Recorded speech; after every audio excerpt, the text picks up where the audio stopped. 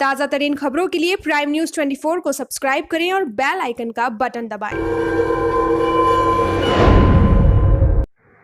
नमस्कार, आप देख रहे हैं प्राइम न्यूज़ 24। मैं हूं कृतिका। दिल्ली का सबसे बड़ा एलएनजेपी अस्पताल बना मौत का द्वार। दिल्ली के एलएनजेपी अस्पताल में कोरोना मरीजों के उचित इलाज न मिलने की शिकायतें लगातार मिलती रही हैं, लेकिन अब एक लापरवाही का केस सामने आया है। मामला है दिल्ली के रहने वाले मंडावली का, जहां 65 साल के कोरोना संक्रमित राजेंद्र कुमार शर्मा से जुड़ा है। राजेंद्र कुमार शर्मा के बेटे शैलेंद्र कुमार ने मीडिया को बताया कि उनके पिता की 28 मई को तबीयत खराब हो गई थी। हमने उनका कोरोना टेस्ट कराया, तब पता चला कि वह कोरोना पॉजिटिव पाए गए हैं। हमने दिल्ली सरकार की बात मानकर तभी कोविड अधिकारी को सूचित किया और कुछ घंटों बाद एक एम्बुलेंस आती है और मेरे पिताजी को मंडोली क्वारंटाइन कर दिया जाता है। हमें ऐसा लगा कि हमने उनको वहाँ भेजकर बहुत बड़ी गलती कर दी। उनका कहना था कि पहले दिन क्वारंटाइन में उनको खाना न पानी कुछ नहीं दिया गया और एक कमरे में बंद करके बहुत बुरा बर्ताव किया गया। शैलेंद्र कुमार ने इस विषय पर दिल्ली सरकार के सीएम से लेकर डिप्टी सीएम तक ट्वीट किया, मगर किसी तरह से कोई मदद नहीं मिली। 2 दिन तक उनके पिता को क्वारंटीन करने के बाद 7 जून दिल्ली के बड़े सरकारी अस्पताल एलएनजेपी में किसी वार्ड में भर्ती कर दिया जाता है। शैलेंद्र कुमार का कहना है कि इसकी सूचना भी हमें अस्पताल से नहीं मिली। ये बात भी उन्हें अपने पिता से व मोबाइल फ़ोन के द्वारा पता चली।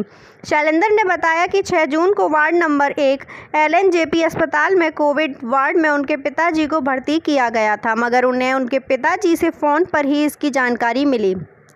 मैं अपने पिताजी से उनके फ़ोन पर प्रतिदिन स्वास्थ्य के विषय में जानकारी लेता रहा। अस्पताल ने उचित इलाज का आश्वासन दिया। राजेंद्र कुमार शर्मा के बेटे का कहना है कि उनके पिताजी ये कहते हैं कि उन्हें यहाँ उससे भी बुरा हाल है। यहाँ भी मुझे ना दवाई समय पर मिल रही है, ना मुझे खाना पानी, और ना ही कोई डॉक्टर चेक करने आता है। लेकिन अगले दिन जब उन्होंने अपने पिता की स्थिति के बारे में अस्पताल के नंबर पर पूछा तो डॉक्टरों ने कोई ढंग का जवाब नहीं दिया। इसकी वजह से राजेंद्र कुमार शर्मा के परिवार वाले काफ़ी चिंतित हो गए।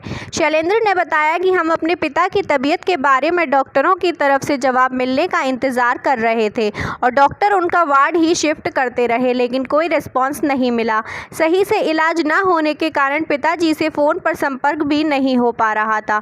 शैलेंद्र ने बताया कि वे काफ़ी समय से पिताजी का फ़ोन ट्राई करते रहे, मगर वे कमज़ोरी के कारण फ़ोन भी नहीं उठा पा रहे थे, जिसके कारण वे डर गए। जिस वार्ड में मेरे पिताजी थे, मैंने पिताजी से बोलकर वहां अन्य मरीज़ का नंबर ले रखा था ताकि मुझे पिताजी की जानकारी मिल सके।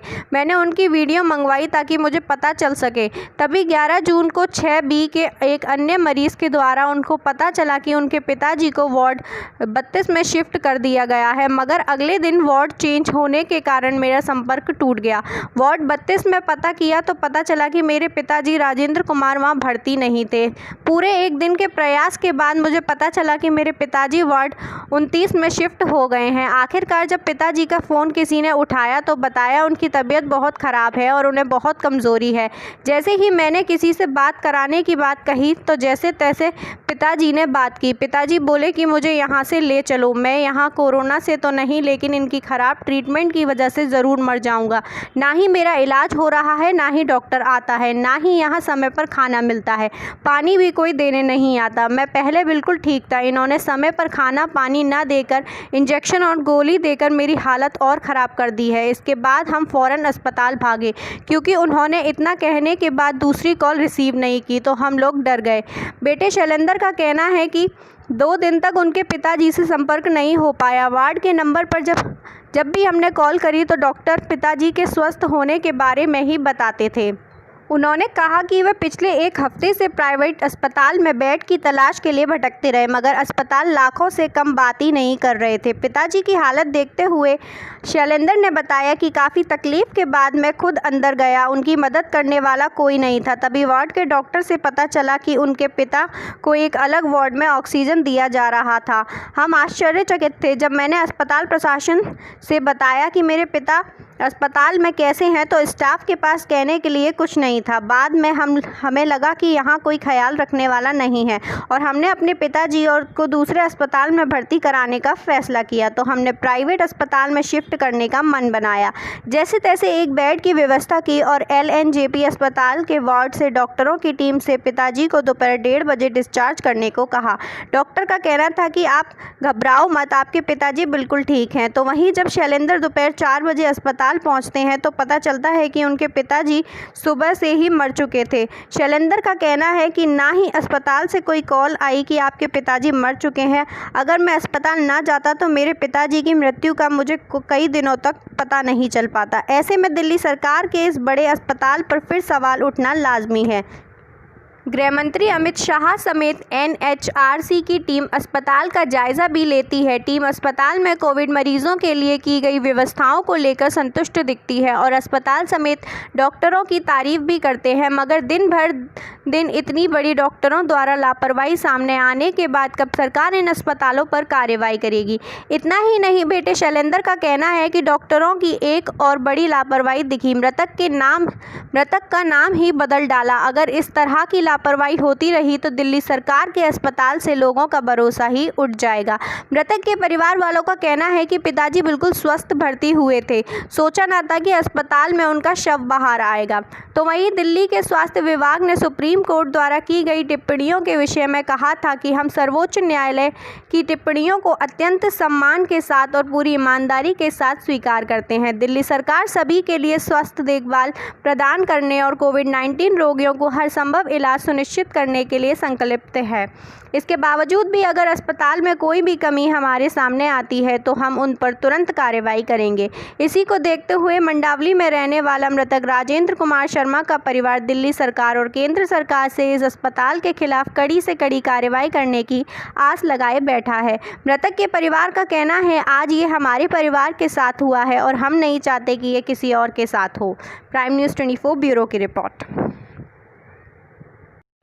हेलो, हाँ जी, डॉक्टर साहब शैलेंद्र बोल रहा हूँ। मेरे फादर एडमिट है बेड नंबर 3 पे, वार्ड नंबर 29 में। हाँ जी, बताइए। राजेंद्र कुमार शर्मा। राजेंद्र कुमार शर्मा। बताइए उनके बारे में। सर उनके स्टेटस पूछना था क्योंकि ना कल से फोन नहीं उठाया उन्होंने, तो एक स्टेटस पूछना है उनका। अब लेटेस्ट तो हम लोग अभी नहीं बता पाएंगे क्योंकि अभी जो राउंड पे गए ना वो आएंगे 2-2:30 बजे तक। अच्छा, तो वो बता सकते हैं। अभी बाकी यहाँ पे तो मतलब रिपोर्ट वगैरह की स्टेटस रहती है। अच्छा, इनका कोई टेस्ट हुआ है कि इनका टेस्ट हो गया या नेगेटिव? मैं देखता हूँ। 67 ईयर्स ना? 66, हाँ 66। नहीं, उनका कल जाएगा सैंपल। कल सैंपल जाएगा। हाँ, अच्छा, मैं एक चीज पूछा था, अगर मान लो मुझे उनको शिफ्ट कराना हो क्योंकि उनकी ना कंडीशन यहाँ पे समझ नहीं आ रही। करा सकते हैं आप, करा सकते हैं। तो मुझे ये पता चल जाएगा कि इनको नॉर्मल ICU की जरूरत पड़ेगी या वेंटिलेटर वाला ICU, क्योंकि डॉक्टर वहीं जो स्टेटस पूछा ना प्राइवेट वाले का पूछ रहे थे कि नॉर्मल ICU चाहिए या वेंटिलेटर वाला ICU चाहिए। क्या तो आप एक बार 3 बजे के आसपास फोन कर लीजिए तो हम बता देंगे आपको। कितने बजे? 3 बजे के आसपास। 3 बजे। मैं एक्चुअली प्राइवेट हॉस्पिटल में जा रहा था किसी में, तो वो हर बार जाके यही कंफ्यूजन में डाल देते ठीक हैं। है, आप 3 बजे के आसपास एक फोन कर लीजिए तो 3 बजे के आसपास। सर कौन से मिलेंगे? आप मिलोगे सर? हाँ, इसी नंबर पर कर लीजिए आप। इसी में मिलेंगे। ठीक है सर।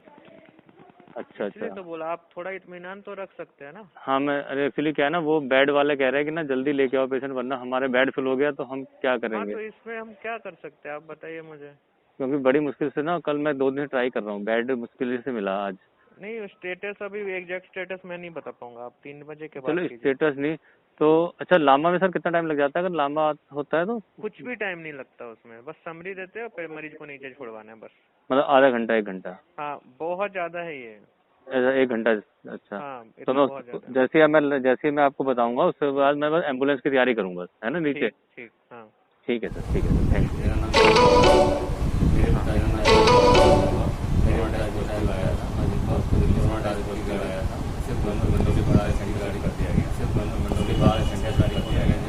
उसके बाद 6 तारीख को LNJP में